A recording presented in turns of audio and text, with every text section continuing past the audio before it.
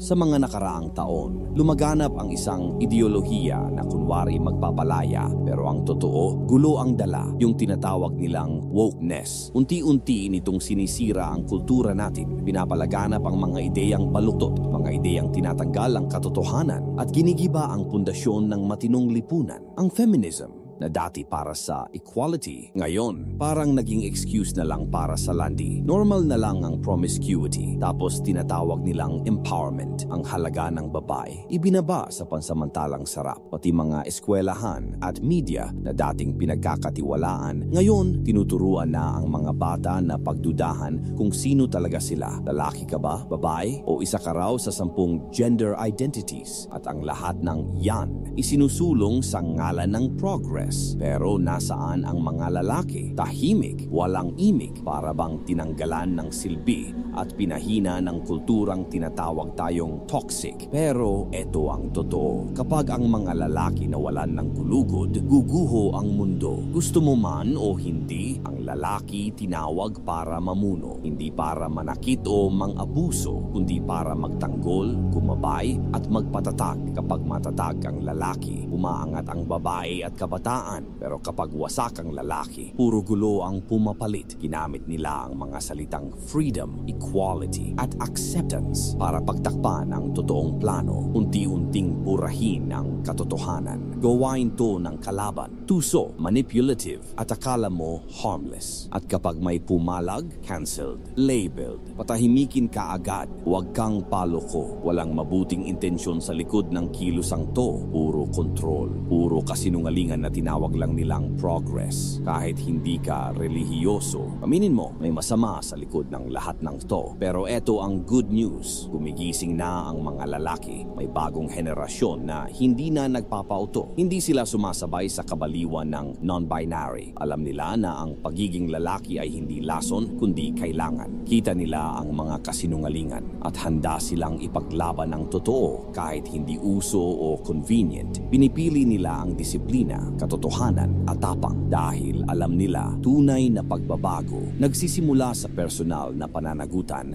at pananampalatayang hindi matitinag. Hindi lang to cultural war, spiritual battle too, at hindi ito magiging madali. Mahaba ang laban.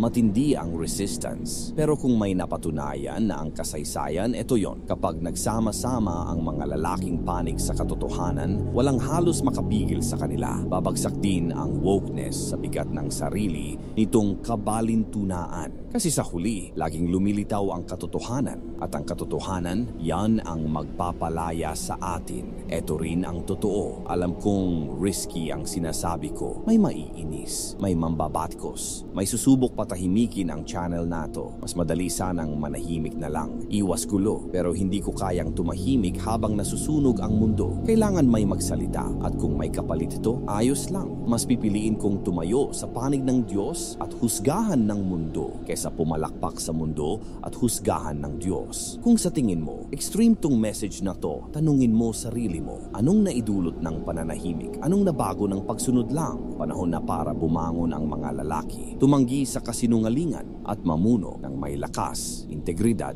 at pananampalataya. At kung kahit isang lalaki lang ang mamulat dahil dito, sulit lahat ng risk.